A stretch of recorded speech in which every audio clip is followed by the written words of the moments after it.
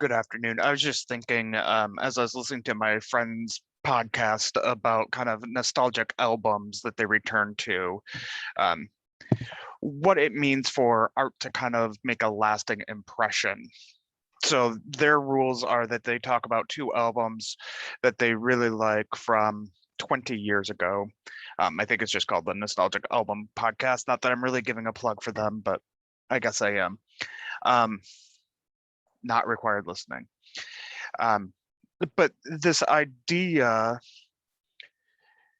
that art kind of can fade away, especially like music, our taste can grow and mature and become something completely different than when we started. So I remember as a young child, just kind of not having musical taste. I just listened to what was in the house, right? Whatever was being played on the radio, it just kind of was there. It didn't really care about it.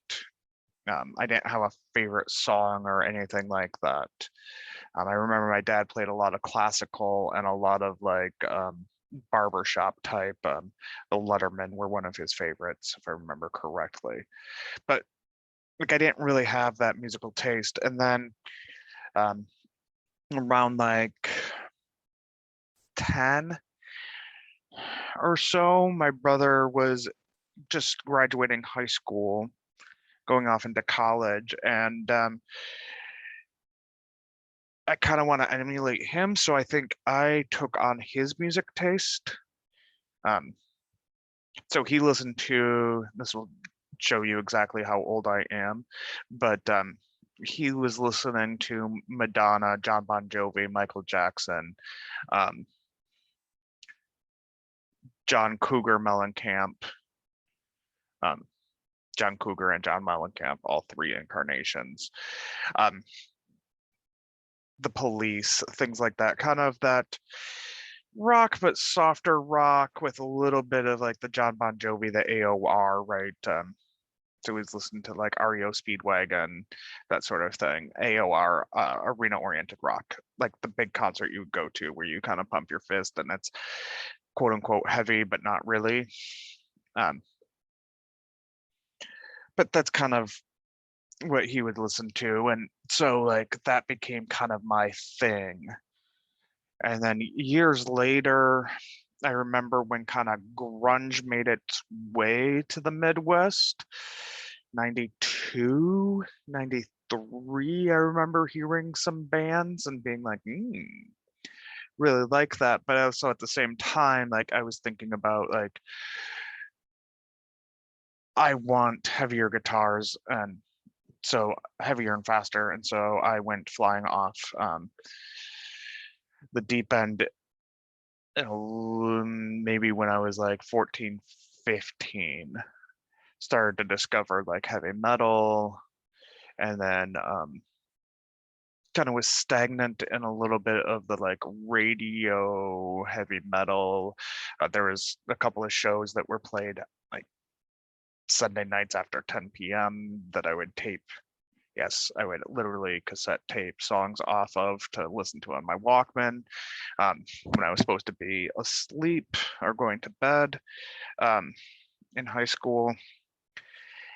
Like, but I think my musical taste really started to define itself when I was about 13. And I think just about everyone's kind of artistic tastes, especially for like media you consume, books, um, movies, music, is right about 13. Because when I was about 13, started really reading kind of sci-fi fantasy, um, really big into kind of the dumb comedy while also dabbling in some of the artsy movies um, and getting into horror. Um, Whenever I could sneak out and watch horror movies with friends, I did. Um, but that, because no one in my family really liked that, like my tastes started to become a thing. And so when I think about nostalgia and kind of the arts, I think about what I liked when I was 13. When I want to be comforted by a song, I go back and I listen to a lot of that like early grunge alternative, um, like 93 to 96 or so, right in there, like what was on the radio, whatever WGRD was playing at the time. Yeah, they were around then. They were playing alternative rock back then. Whatever they were playing, like that's kind of what I was into. And that's my nostalgia. That shaped my formative years. And so sometimes, a couple of years ago, my wife and I moved, and we found our CD collections. And in this day and age, don't really listen to CDs. My car doesn't have a CD player. Her car still does, but we have Apple CarPlay and Android Auto and whatever, Bluetooth and phones, because why not? And so we went through our CDs, and it was interesting. I would find a CD in my binder and my face would light up and I'd be like, oh my gosh, awesome. I need to listen to this right now. This is going to be so great. And then I would listen to it and hate it. And this process just kept repeating itself. And I was thinking about this, and my friends on the podcast, their founding question is like, what makes art linger? What makes it last? What makes it fade away? What makes it go away? Like, what makes that enjoyment go away? And so you have like changing of tastes and genre, of course. And then you also have things like, so of course, when I find a beloved, like kind of softer rock CD that I haven't listened to in years, I'm not really gonna like it. I don't listen to that genre anymore. But at the same time, when I find like a demo of a black metal band that's sounds like it's recorded while they're in the snowstorm on a Fisher Price recorder, right? It sounds terrible because the production and all of that. Like, I'm used to a different level of production in my music, right? Used to a different genre in my music.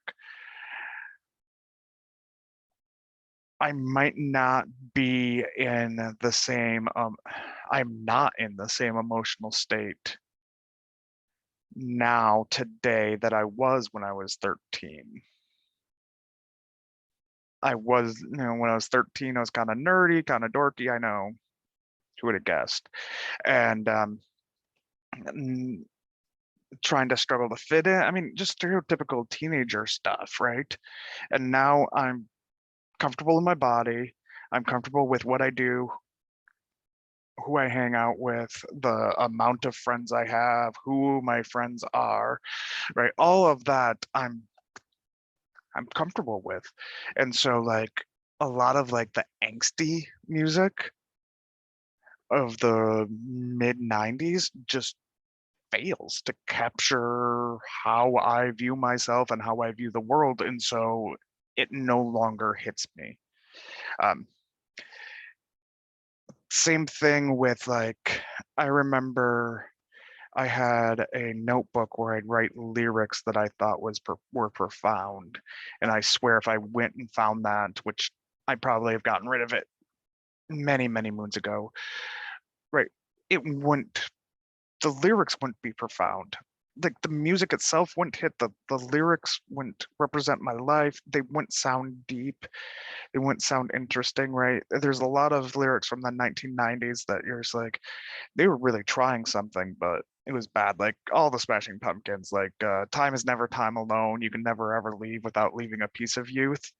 And our lives will be forever changed by the city by the lake. And you're just like, yeah, time passes, you're never you, whatever. Right. It just doesn't really hit that, or like despite all my rage, I'm still just a rat in a cage. No, I believe that my life is more full and hopeful than that. But in the drudgery of waking up, going to high school for whatever 8-9 hours a day, uh, doing either band practice or running cross country practice, or and then going to work, right? Like coming home, doing homework, going to bed, and repeating. Like, yeah, I felt like I had more drudgery then than now as an adult. And so those lyrics hit me then and do not now. Plus, there's something about skill, there's something about voice. Like, I've been exposed to so many maybe better bands, right? Like, there's a few local bands that I was like, wow, I really liked them back in the 90s. But now that I've been exposed to maybe more of the like well-established major acts that have um, not only risen in the ranks, but like maintained that based on merit and fandom and all of that fun stuff. Like, I realized that the quality of the music was bad or not as good, right? Like, it brings a smile to my face listening to some of the stuff because I remember the memories of interacting with that band or whatever, right? But like, I don't have that same like, wow, this is really good. And so I have nostalgia that comes back through the music, but like, I'd rather see the people than listen to their music to get that nostalgia. Um, so I want you to think about like, I mean, I was gonna say, think about something you haven't listened to in 20 years, but that's longer than some of you have been alive or really darn close. But I want you to think back maybe like to you're about 13. Think about what you were listening to, like why it appealed to you then, and does it appeal to you now? Take a minute and fire up Spotify, YouTube, Apple Music, whatever you use, and listen to an album from like your childhood that you really haven't listened to. And not one that you're like, oh, I hated it when back in the day and I'll hate it now, right? But something that you go, oh yeah, I forgot about that. And I want you to write on kind of how the nostalgia works in art. Does it sharpen it? Does it let it go? Do you still feel the same? Or has the art kind of, the artistic experience of it all faded away? Does it still give you good feelings interacting with that piece? I hope that all makes sense to you.